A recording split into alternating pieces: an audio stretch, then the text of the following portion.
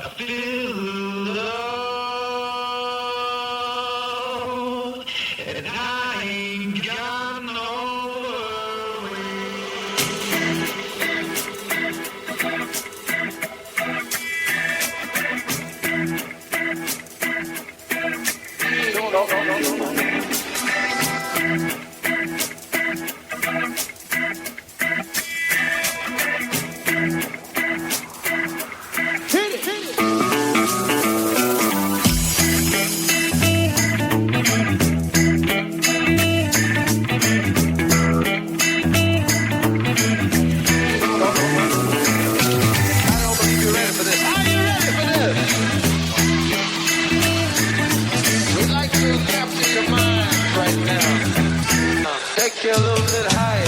Welcome to someone's favorite movie podcast. Wow, that was bad, wasn't it? Leave it. I will. I'm coming to you from the Pod Shack outside beautiful Flint, Michigan, USA. My name is Randy, and with me is Tom Co. The wonderful, lovable Tom Co. It is, believe it or not, a Tom Co Monday. Oh, damn it. We should have done this tomorrow, sir. We should have done it on Tom Co Tuesday. Miss the boat. That's what we do. We miss the boat constantly. This is someone's favorite movie podcast, and it is a show that is dedicated to all the overlooked gems out there, the cinematic treasures that you hide under your pillow because you're afraid to share them. I hate to shit on the premise of your show, sir, but if you've ever been to a Comic-Con and seen the cosplayers, I don't care how obscure the movie is or what kind of critical reputation it has. Somebody out there loves it, and they aren't afraid to talk about it. That's why it's called someone's favorite movie, because every movie is someone's favorite. You stepped right into the premise. You thought you were going to get me, and you didn't. No, you didn't. So what are we talking about tonight, sir? Tonight, we are talking about a movie called Trick or Treat. And we're going to discover whether or not this is actually a chocolate-covered razor blade or a real delicious chocolate. I have to admit, when you first told me about this, I thought it was that movie that came out with Anna Paquin and Brian Cox that actually is kind of a bit of a home video hit. It didn't do anything at the box office, but as soon as it hit DVD, it kind of started to get a cult following. And then you sent me the link. Yeah, exactly. And oh, boy. Oh, boy, says Tom Go. Well, we're going to discover whether or not Trick or Treat is actually a trick or a treat. Yeah, that's right. Ha, we're funny. Trick or treat. And you would think, based on all the promotional materials for this movie that I've seen in the last, I don't know how many years, because I've been aware of this movie for a while, you would think that Ozzy Osbourne and Gene Simmons are the stars of the movie. They are not. Yeah. Instead, we got Skippy from Family Ties. We got Skippy from Family. Well, you got to figure that, you know, he watched his coworker there, Michael J. Fox, do that Back to the Future thing, and he was like, "Oh, I can be a movie star too. Look at me. This will be my big break." Was it Skippy? Was it? Well, it definitely broke him.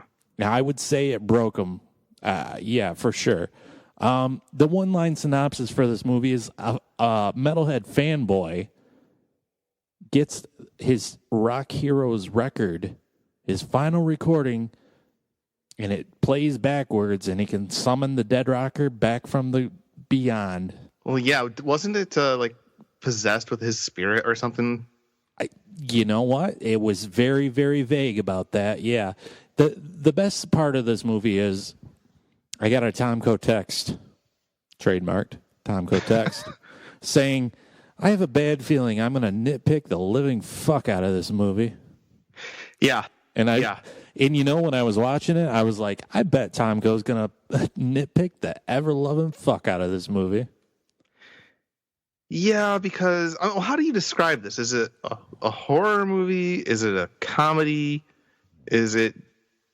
What is this? I would definitely say it was a horror movie. I think they were trying to, well, I know what they were trying to do because I did some research. They were trying to make their own Freddy Krueger, in case it wasn't clear based on, I don't know, everything. The fact that he's the demon guy had facial scarring and was kind of dreamlike kind of vanishes and appears out of nowhere. That's what they were trying to do. I don't think they were very successful, however. Well, I want to give them an A for effort, but they didn't really even try that very hard. No, they didn't. The bad thing is they brought along the special effects guy that did Freddy's makeup in Nightmare on Elm Street 2 through 4 and actually controlled Chucky in the original Child's Play. So you have a master of the craft on board in this movie, and there's barely any great effects. The makeup is not that great. I mean, did they just not have the budget, or did they just not give a damn? I think they probably had the budget. I think they just were kind of clueless on how to present it. In a 2011 interview with Star News, the producer of the movie, Joel Swanson, called it an alienated youth's version of A Nightmare on Elm Street, because there was this guy that didn't come out of your dreams. He comes out of the backwards masking of a record. The way he infiltrated the world was very similar to Freddy Krueger. Even the scarring on his face probably was a little derivative in that way. So they were going for an alienated youth's version, because the 80s were filled with those youths gone wild. So, well, I don't know if you're old enough to remember it, but there was a time when heavy metal music in particular was definitely under the microscope because of quote-unquote suggestive lyrics, to the point where they had to have congressional hearings about it. And you had people like Dee Snider, Frank Zappa, and John Denver going up to defend heavy metal. I love the fact that John Denver defended heavy metal. Yes. It was. I mean, if you ever take the time, look into it, because they just completely tear apart everything. Al Gore, of all people, was the one who was leading it up because Tipper got offended by some of the lyrics that her kid was listening to. They haul in Dee Snider to justify the lyrics to his song, and they read them out to him, and they ask him what he was thinking when they wrote that. And he's like, well, actually, the song In the Chair is about my bassist getting work done at a dentist. I can't help it if Mrs. Gore has a dirty mind. That's funny. Yes. And actually, the screenwriter of the movie, Ray Topham, wrote this movie as a response to Tipper Gore's POV that all the country's problems were a result of rock music, which is funny to me because it's written as a response to rock music as a vehicle of Satan, that argument. However, they have a murderous dead demon rock star communicate with teens through hidden messages in rock records. Yeah, they're kind of saying that old Tipper was right. Yeah, exactly. It doesn't exactly refute the argument whatsoever. You're kind of on. I understand what you were trying to do, but you kind of backed her up there. And do you know who directed this movie? I do, actually. Do you? Yes, I can't remember his exact name. Let me look it up real. Charles Martin Smith. Yes. For those of you who might not know that name, if you've ever seen movies like, say, The Untouchables or American Graffiti or John Carpenter's Starman, he was actually a fairly busy character actor in the late 70s through the late 80s. And I think this might be one of his few directorial efforts. Oh, you would be wrong, because he created the phenomenon known as Air Bud. Oh, and we are forever in his debt. Right? I mean, that dog can do some amazing things out there on that baseball field, football field, basketball court, hockey rink. I don't know. It can do it all. It just goes to show you that Hollywood is one of the very few places where you can fail upward. Exactly. I'm still waiting for Air Bud Goes to Nam, That would be perfect.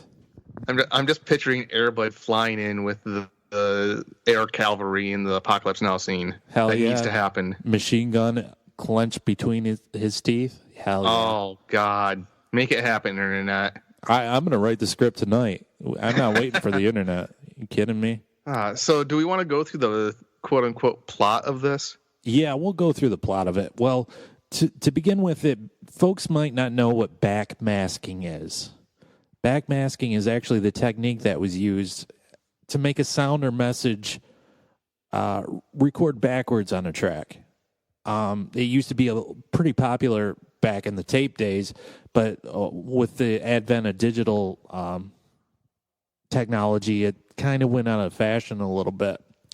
One of the most famous instances of this was the Beatles' Revolution Number 9. I'm sure you were on Dead Man. Yes, exactly. That started the whole Paul is dead urban legend. Did you know where this all started? Because I didn't, and I looked it up on Wikipedia. It started from a phone call from a student at Eastern Michigan University. Oh, yeah. I remember hearing about this. Who identified himself as Tom. Was that you, sir? You are 72 years old. I can neither confirm nor deny this. Okay. The caller asked the DJ, Russ Gibb, about a rumor that Paul McCartney had died.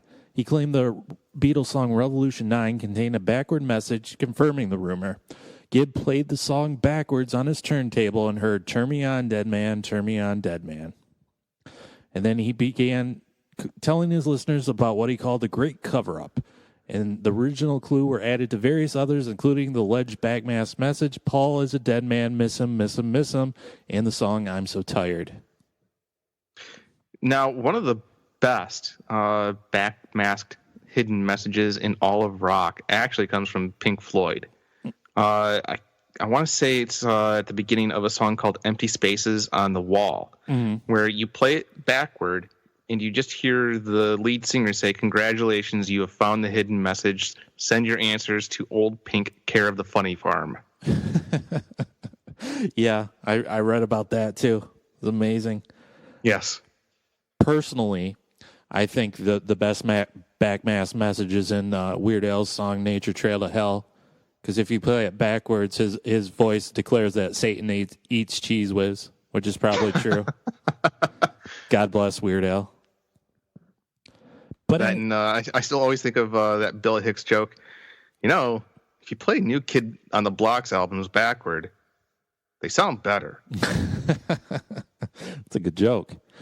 Anyways, as a result of all this, 5 radio DJs across the country were fired because they encouraged listeners to look for backwards messages in their records. And the state governments of Arkansas and California actually passed legislation preventing backmasking that can, quote, manipulate our behavior without our knowledge or consent and turn us into disciples of the Antichrist. This was in the actual bill. That was a quote. They mandated that records with backmasking include a warning sticker that said, "Warning, this record contains backward masking, which may be perceptible at a subliminal level when the record is played forward." So, oh, shit. That just makes me want to buy it more. Exactly. What kid sees that and is like, "Well, I'm not going to buy that now"? I mean, that's just a magnet for more sales. Fuck you, Mom. I'm rocking out with Beelzebub. Hell yeah. As we said before, Marc Price, Skippy from Family Ties, was the lead. However, in an interview on SammiCurr.com, because yes, there is a SammiCurr.com, which is the name of the dead rocker in the movie, because this is a cult movie. And of course, the SammiCurr.com does exist because that's what the internet was invented for. Just blind nerd worship. So Marc Price said on auditioning and getting the role of Eddie the Ragman, "I wanted it really bad. Keanu Reeves was up for the role. The producers later made Bill and Ted with Keanu, and he says that he got it due to the success of Family Ties." So Keanu kind of dodged a bullet there. Yeah. I don't know. I mean, I want to hate this movie, but it's just, I don't like it, but it's naive enough for me to not hate. They tried. They really tried. They did try, and I'll tell you, before we dive headlong into the plot, I will tell you that I actually liked it quite a bit up until, I think I liked it the first hour of the movie, up until Sammi Curr actually makes his first appearance. Yeah, they just went full-on high camp with that. Exactly. Before that, it was kind of a character study. The characters were actually almost realistic. it was almost kind of freaky how the backmasking in the record sounded, and it was commanding the kid to do some stuff, and he was doing it and like taking revenge on the bullies. And honestly, this movie probably wouldn't get made these days because he had school shooter written all over him. Oh, yeah. It was bad. He was listening to what the record told him, and he was doing it. And he had, like, I'm going to show you all, going on. Yeah, I could see where this might not get funding these days. Yeah, but I was with it right until the big scary demon guy shows up. And then right after that, it lost me, which is not what it should have done. Like, I was excited to see how he was going to appear because I knew it was coming. And then when he did, I'm like, okay. And, I have some thoughts on that, but I think I'll save that for when we're going through the synopsis. Okay, well, the movie stars Eddie the Ragman, Weinbauer. He's a devoted metalhead to Sammi Curr. Sammi Curr was supposed to play in town at the high school because he graduated from that same high school that Ragman goes to. And Eddie is like bullied at school because, he loves the rock music. He loves throwing up those devil horns, throwing that rock fist up. And the preppy kids don't like that whatsoever. No way.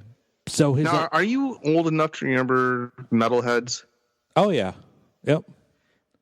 Those guys weren't the ones who were getting picked on. No, not at all, right? No, they were the ones that were beating the hell out of the new wave kids. I don't know. I mean, it's interesting to see them portrayed as the victim, but that's just not the reality. No, I don't think so either. I mean, they might not have gotten the girl all the time, but I'm sure. Well, they got the girl, but they had to, Well, no, I'll leave that. That's a bad joke. I knew where you were going with it, and I'm like, is he going to go all the way? Is he really? Sorry, listeners. So, of course, there is a love interest in this movie, the lovely Leslie, and she seems like a great girl, and she sure is pretty. And spoiler alert, because she is a female in this movie, and she interacts with the protagonist, so of course she becomes the eventual love interest, which blows my mind because they have zero chemistry whatsoever, and she has zero reason to like the Ragman. Zero. None. There's no reason.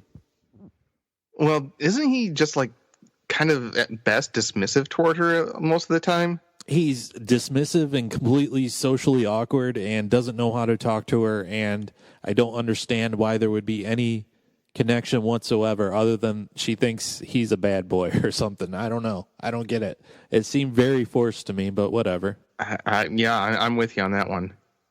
So he has very few friends. One of his buddies is DJ Nuke, played by the amazing Gene Simmons. I have to admit, I did not hate Gene Simmons in this as much as I was prepared to.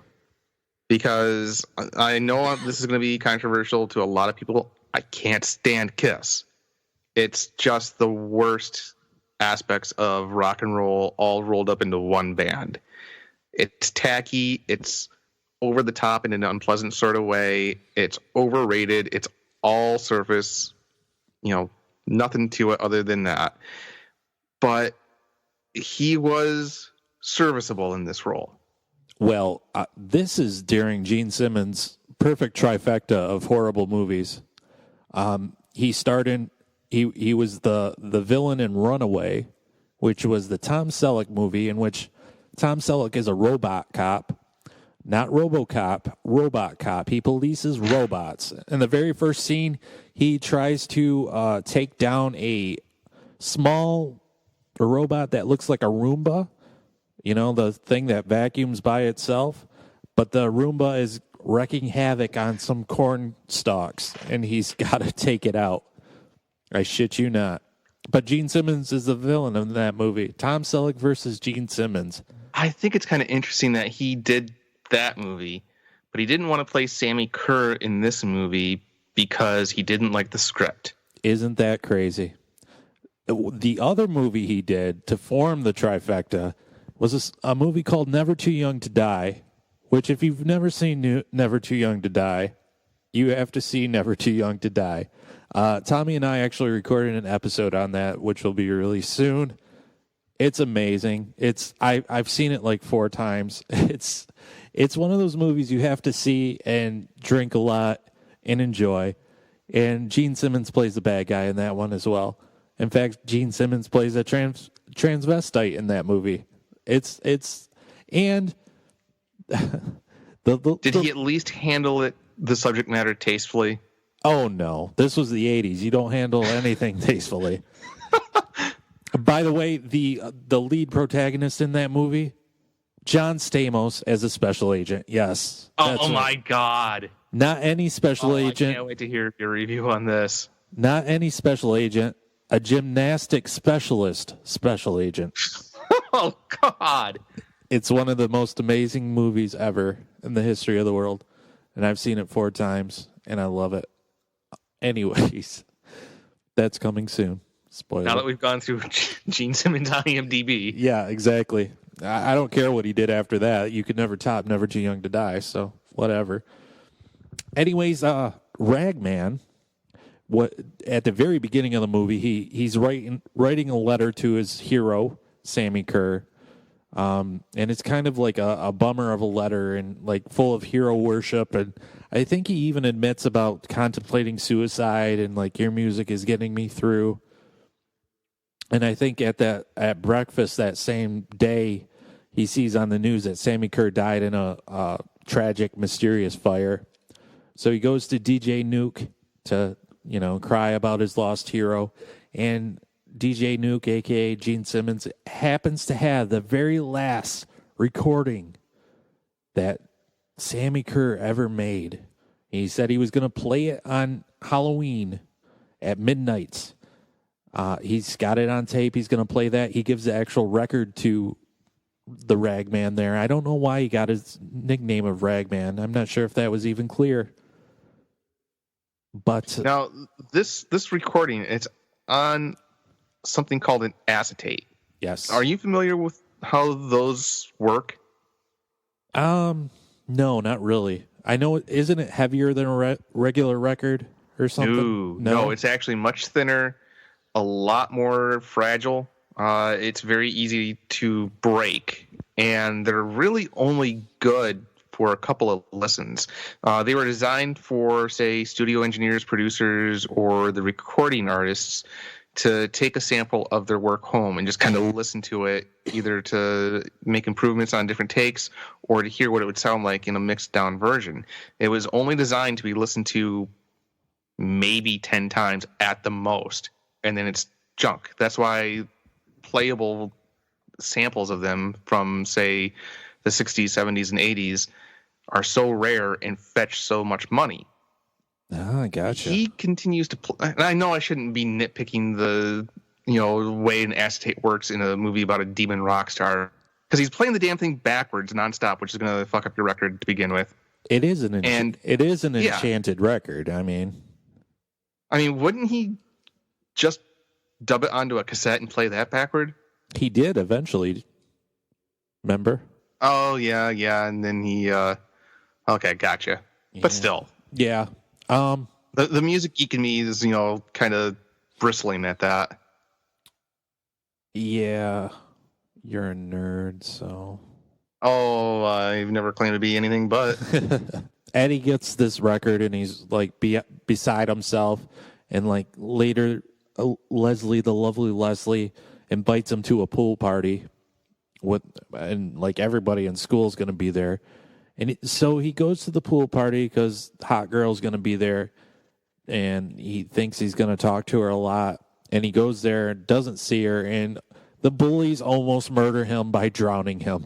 Like, yeah, that escalated really, really quickly, didn't it? Yeah, like, oh, what are you doing here? Let's kill him. I have had my fair share of experience with bullies. I know, shocker.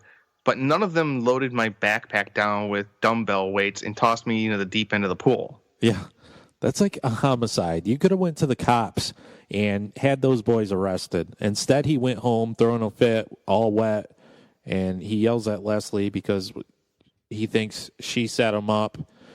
And he goes home to play the record Songs in the Key of Death is the title of the record, which is amazing. By the way, we didn't even talk about this, but the movie is called Trick or Treat, but in some markets it was called Ragman, which is awful. Just an awful title. But the one I like better is Death at 33 RPM. Okay, that's actually a pretty good title. I agree. I wish that was the title of this movie, because Trick or Treat really doesn't fit this movie whatsoever. No, it doesn't. It doesn't really tell you what it's about. No, they were just trying to capitalize on Halloween. I get it, but what a dumb title. Like, it has nothing to do with the movie whatsoever. Anyways, he starts playing the record Songs in the Key of Death, and it starts playing backwards immediately, and it's telling him to nail them all. So he starts nailing all the bullies, and the record starts guiding him on how to take revenge on them picking on him, and it starts actually taking possession of like equipment and stuff. Now, what do you think of? I mean, are we to the point where the bullies are cornering him in, say, the woodshop class? Yes, that would be about where we're at. I gotta admit, as cheesy and as hokey as it was, that was actually fairly almost kind of effective. I agree. And that's part of what sold me on the first half. I'm like, this is kind of cool. And he lets it go to the last minute. There's what was it, a drill bit or something about to go in the bully's eye? Yeah. And he goes the last possible minute Ragman does before he shuts off the machine. And then he goes, as he speeds home, he's all happy with himself. And still, I mean, at what point does he say, wait a second, I'm listening to a dead rock star telling me to kill my fellow students? At what point does he say, wait a second, this doesn't make any sense? Yeah, well, at some everybody in this movie is just very accepting of the circumstances. Right. And at some point, didn't he have like a vision of Sammi Curr like committing a satanic ritual in his hotel room as the hotel room burns down? Yes. Like he's sitting. I took that as a way of Sammy showing him exactly what and how he, got into that record. Yeah, me too. It shows him sitting in the crisscross applesauce in the middle of a pentagram as the hotel room burns down around him, and he's chanting something, or I don't know. Yeah, and shortly after that, I think, is when, I don't know, it's been a while since I saw this, but shortly after that, I think it's when he appears. Well, no, because there's one very special part. So Ragman makes a cassette tape for the main bully, and he says it's a mixtape for him, the bully, to make amends for what happened the day before. He wants to be friends. Do you remember this? Vaguely, yes, sir. Okay, so he gives the tape to the bully. Later that night, they go to Lookout Point or whatever you go to make out with your girlfriend, and he goes to take a piss after making out with his girlfriend, and she finds his Walkman and that tape, and she starts playing it. Do you remember it now? Oh, of course. This was such a gratuitous scene in the movie. Like, there was no reason for it whatsoever. But it's amazing in like a couple different ways, really. Because his girlfriend starts listening to this bitchin' guitar solo and these awesome power chords. And oh my God, rock and roll is just so sexy. She starts throwing off all her clothes, and she just starts masturbating wildly. I was going to say, she goes full on Skinamax, which raises the question, at least for me, what was the end goal for Ragman if the guy had listened to it? Right? Like, you wanted the bully to whip off his clothes and start whacking off? Like, ugh. So she starts just masturbating wildly, and the old bully there certainly didn't have that effect on her. It was those seductive power chords and those bitchin' riffs. And so basically, Well, in all fairness, Sammy did have some pretty badass abs. this is true. So basically, the music has sex with her until she climaxes, and then an evil cheddar goblin appears and attacks her. This is the only time you see this guy. He looks like the cheddar goblin from anybody that's seen the movie Mandy with Nicolas Cage. This thing looks like the cheddar goblin. And I actually had to do some research. That was supposed to be Sammi Curr's rock mascot. Like Iron Maiden has Eddie and Megadeth has like Vic Rattlehead. So Sammi Curr has this thing called Skeezix. That's what that green demon thing was that just randomly appeared for 2 seconds. So yeah, I had to do deep digging, but that is Skeezix, which isn't explained well in the movie. This thing just randomly appears and then just disappears right after that. You never see it again. I'd like to see it again, one more time maybe. I don't know. I have to admit, I did not know what that was until you just now explained it. Yeah, exactly. And who in the 80s is going to do some deep dive research on Trick or Treat? Like who honestly, even watching that movie is ever really going to do a deep dive? By the way, here's another fact for you. According to the screenwriter, Rit Topham, he was originally going to call Sammi Curr Chilly Willy because as kids, quote, my older brother and I loved the Penguin. After thinking about it, I thought Chilly Willy was a great play on Satan's name, like Old Scratch. I'm just imagining how frustrated these guys are who are writing these screenplays that are like these huge magnum opuses that are just potentially groundbreaking films, and they can't sell them to the studio to save their lives.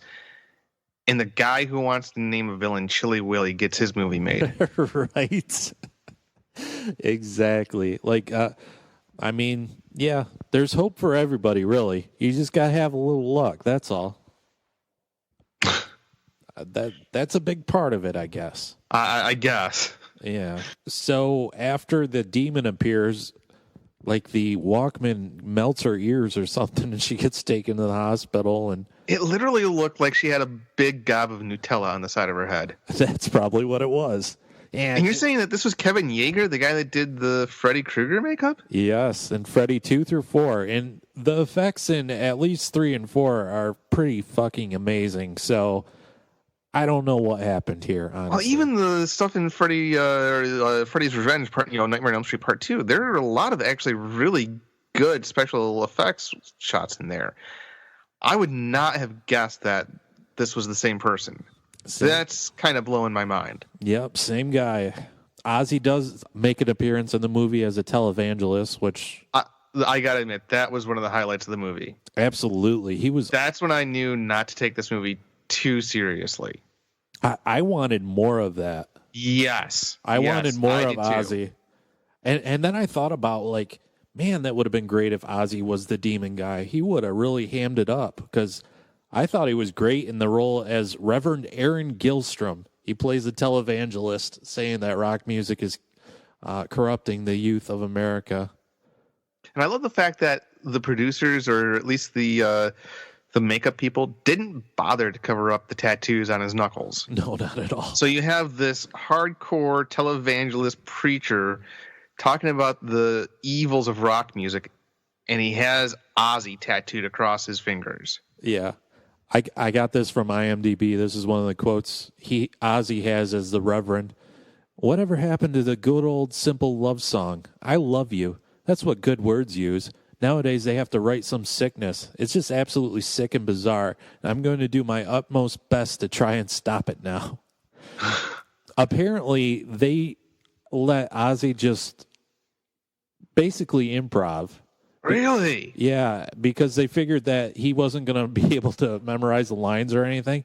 I guess I don't know where I read it, but apparently there's like a half hour of them just going on, and I'd love to see all of it. I really would. I'm going to be scouring YouTube all night looking for this now. He was definitely one of the very few highlights in this movie. Yeah, I wish there was more of it, to be honest. He should have been a bigger character. And honestly, I mean, they could have done more with him because he was one of those recording artists in the 80s who was getting a lot of flack for supposedly having backwards messages. Even though he didn't, he was getting grilled for it left and right. So I'm kind of wondering whether or not he didn't take his experiences with that and just kind of parody it into this performance.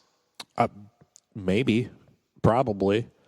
He's always seemed to have a good sense of humor about himself, or maybe Sharon. Yes. Maybe Sharon told him to have a good sense of humor about himself. I'm not sure. Eventually, Sammy, he's telling Eddie, "No wimps, no false metal, kill them all."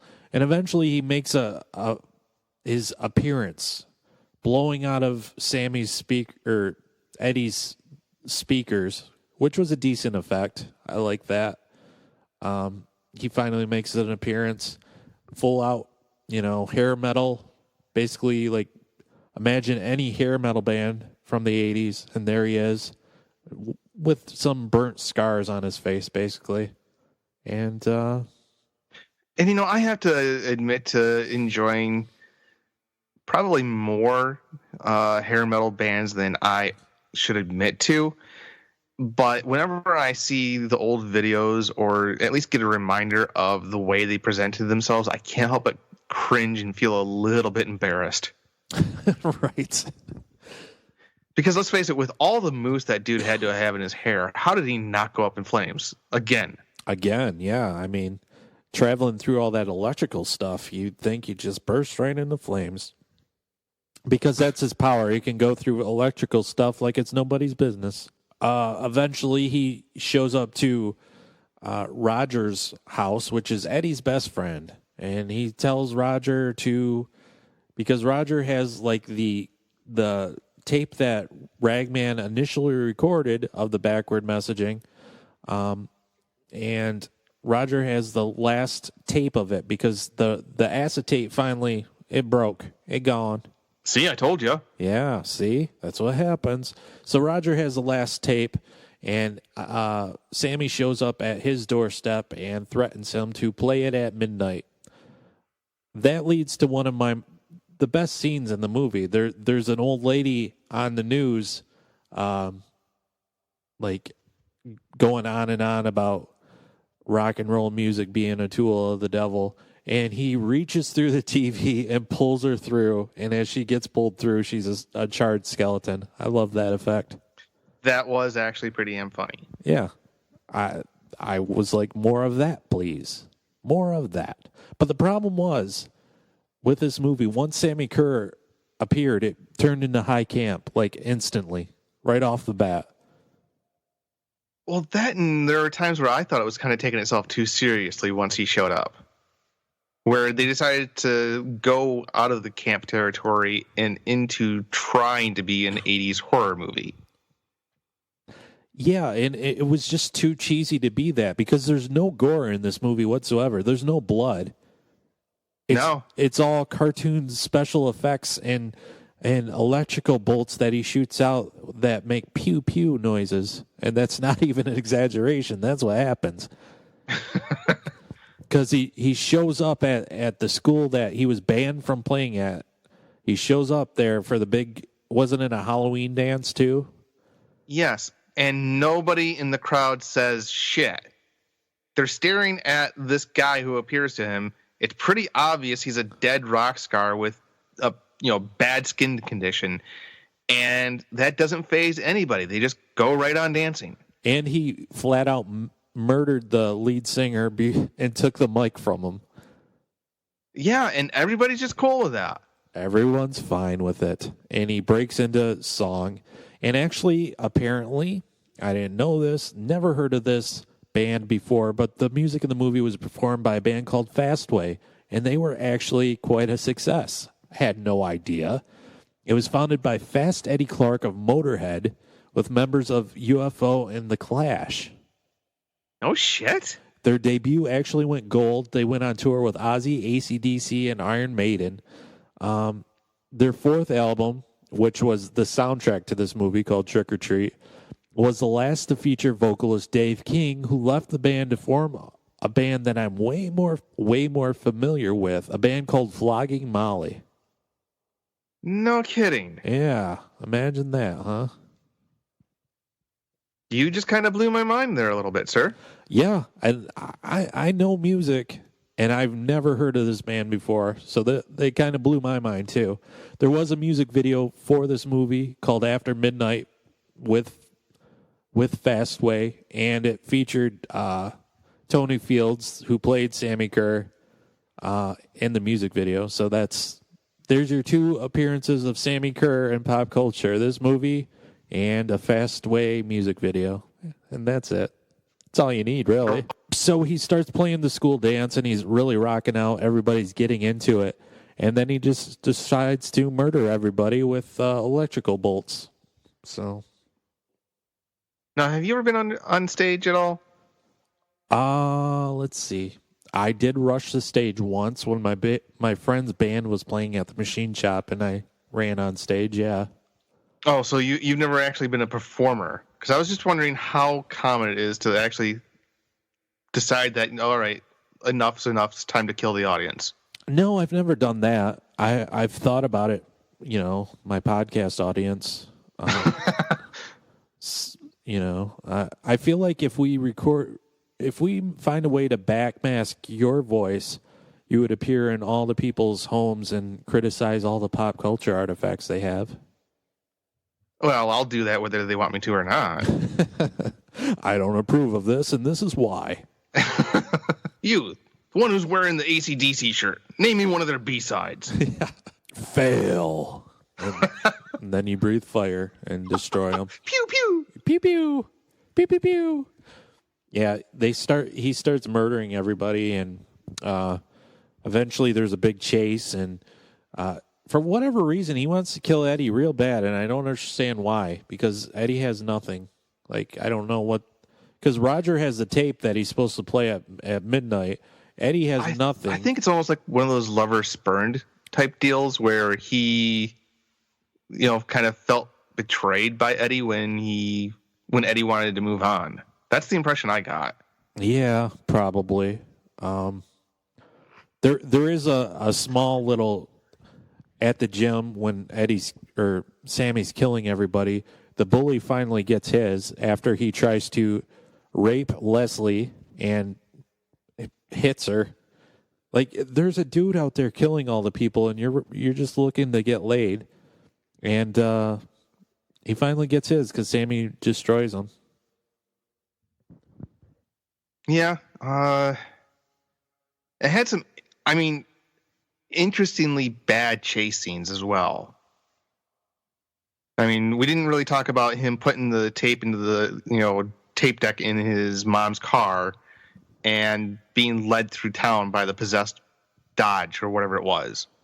Yeah, and then they're in Eddie's house, and they nearly defeat the bad demon guy by flushing the toilet, because the demon guy from beyond the grave slips and falls, and his hand lands in the toilet, and Leslie flushes it, and it nearly kills him.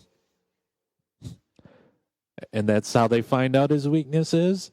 Swirlies, apparently. No, water. He can't get watered on him at all because he'll short out. So, again, when you have that much hair product, water is your enemy. It is. That shit'll flatten right out, straighten. Oh, my God. No one will take you seriously then. You'll look like the shaggiest dog.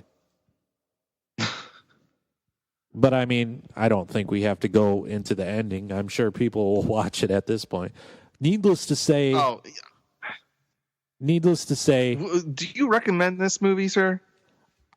I don't know. I don't think I'll ever see this again or have the urge to watch it again. Like I said, I was sold halfway through the movie, and then when Sammi Curr appears, I'm like, oh. However, it is a cult movie, and there are a lot of people that do love this movie. Apparently, you and I don't want to put words in your mouth, but apparently you and I are not one of them that love this movie. I don't love it, but I think I can see the appeal in sort of like a midnight screening audience participation kind of way. Yes. I think I might recommend it. This would be a good movie to watch after you get home from the bar. If you've got a bunch of your friends around with you, you're not ready to call it a night yet. You still got 12-pack of beer that you got to kill, this would be a fine way to do it. I would agree with that. And I'm also the guy that just raved nonstop for like 5 minutes about the movie Never Too Young to Die. And like that's far more ridiculous than this movie probably. So I don't know. I guess I would recommend it. It's worth a watch at least once, but it's definitely it's definitely not one of my favorite cult weird movies that I've ever seen. Just go into it with the right mindset and you'll probably have a good time. I know my wife didn't have a good time. In fact, she's kind of pissed off at you for you making her watch it with me, essentially, because we have to share the television. Oh man, she's gonna hate me a lot more in the weeks coming up. I can almost guarantee. I warned her, sir. I'm glad she's been warned because it might get worse before it gets better. So you would say that you might recommend this?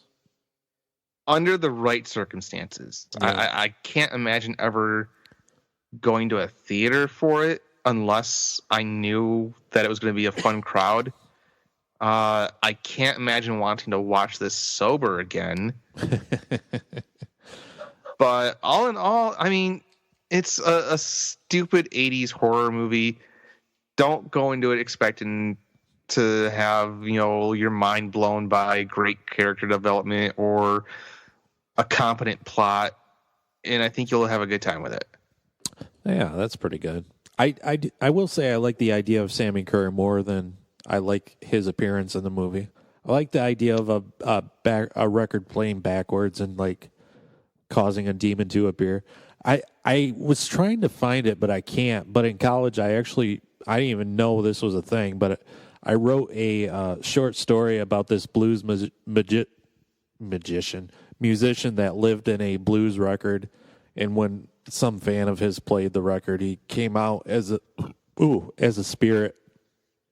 I actually wrote that. I don't think it was any good, but it might have been as good as Trick or Treat. So, maybe it's a movie. Maybe I'll make it a movie.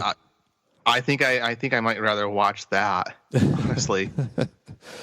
Ah, boy. So, tell folks where they can find you, sir.